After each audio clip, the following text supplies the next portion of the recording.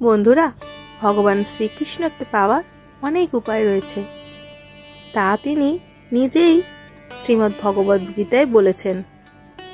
কিন্তু এই উপায়গুলি তখনই কাজে আসবে যখন আপনি তাকে পাওয়ার জন্য ভগবানকে কেন্দ্র করে যখন নিজের কর্ম করেন। ভগবানকে পাওয়ার প্রথম উপায়টি হলো জ্ঞানযোগ। আপনি জ্ঞানযোগের মাধ্যমে ভগবান শ্রীকৃষ্ণকে প্রাপ্ত করতে পারেন। 2 নম্বর হলো কর্মযোগ। আপনি নিষ্কাম কর্ম করেও ভগবানকে প্রাপ্ত করতে পারেন। নিষ্কাম কর্মযোগ কি, সেটা যদি আপনারা জানতে চান তাহলে আমাকে অতি অবশ্যই কমেন্টে লিখে জানাবেন। আমি চেষ্টা করব এর পরের ভিডিওতে সেটি নিয়ে বলার। 3 নম্বর হলো ভক্তিযোগ। আপনি ভক্তিযোগের মাধ্যমেও ভগবান শ্রীকৃষ্ণকে প্রাপ্ত করতে পারেন। কিন্তু বন্ধুরা, এই কলিযুগে এই 3টি উপায় একটু কঠিন, আর তাই এর থেকেও ভগবত প্রাপ্তির সহজ উপায়ের কথা বলা রয়েছে। সেটি যদি জানতে চান তাহলে আমার সকল শ্রোতা বন্ধুদের আমি অনুরোধ করছি ভিডিওটা শেষ অবধি দেখার, স্কিপ না করে। তো নমস্কার বন্ধুরা, আপনাদের সকলকে জানাই আমার ইউটিউব চ্যানেলে আরও একবার অনেক অনেক স্বাগত। আশা করছি ভগবান শ্রীকৃষ্ণের আশীর্বাদে আপনি এবং আপনার পরিবারের সবাই ভালো আছেন এবং সুস্থ আছেন। শ্রীমদ্ ভগবত পুরাণে গোপী গীতের উল্লেখ পাওয়া যায়। এই গোপী গীতই হল মাধবকে প্রাপ্ত করার সহজ উপায়।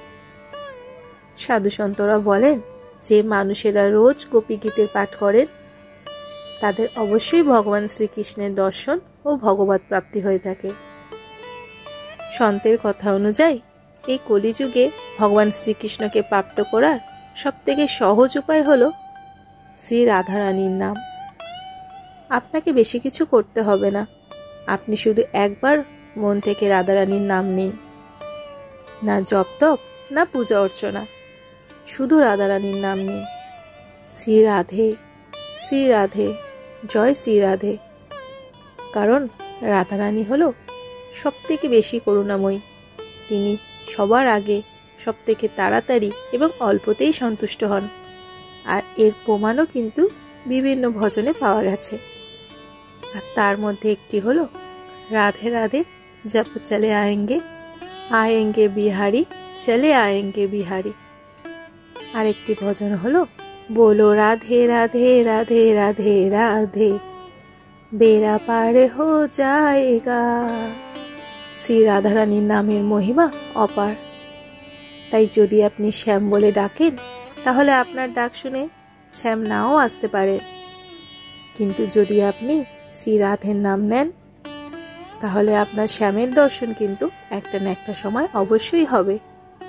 শুধু আপনার ভাব পবিত্র হওয়া দরকার। যে বা যারা শ্রী রাধারানীর নাম পবিত্র মনে নিয়েছে তারা মৃত্যুর পর ভগবান শ্রীকৃষ্ণের সাথে গোলকে নিবাস করে। সুতরাং রাধারানীর নামের মহিমা অপার। তো বন্ধুরা, আমার সাথে একটিবার বলুনই না জয় শ্রী রাধে। দেখবেন আপনার জীবনের সমস্ত বাধা কেটে গেছে।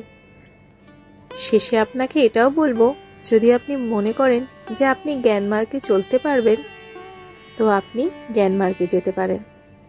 আর যদি আপনার মনে হয় যে কর্মযোগ আপনার জন্য সহজ, তো আপনি নিষ্কাম কর্ম করুন, আজ থেকেই শুরু করে দিন। আর যদি আপনার মনে হয় যে আমি পূজা অর্চনা করে খুব সহজেই ভগবানকে সন্তুষ্ট করতে পারবো, তো আপনি পূজা অর্চনা করুন।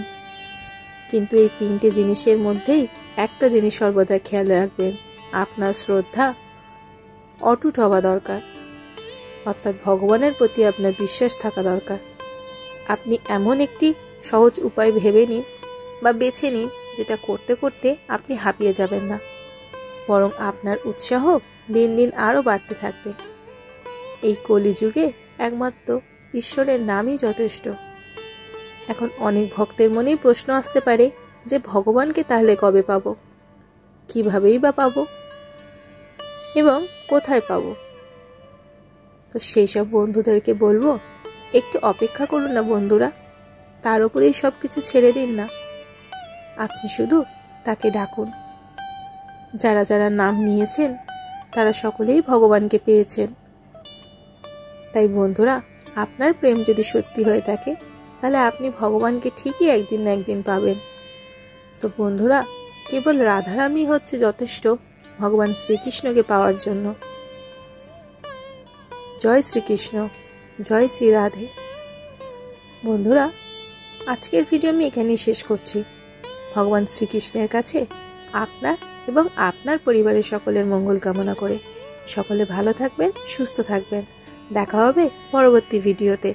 ততক্ষণের জন্য ভিডিওটা পারলে প্লিজ সকলের সাথে একটু শেয়ার করে নেবেন, যাতে ভগবানকে সবাই প্রাপ্তি করতে পারে। জয় শ্রীকৃষ্ণ, রাধে রাধে, ধন্যবাদ।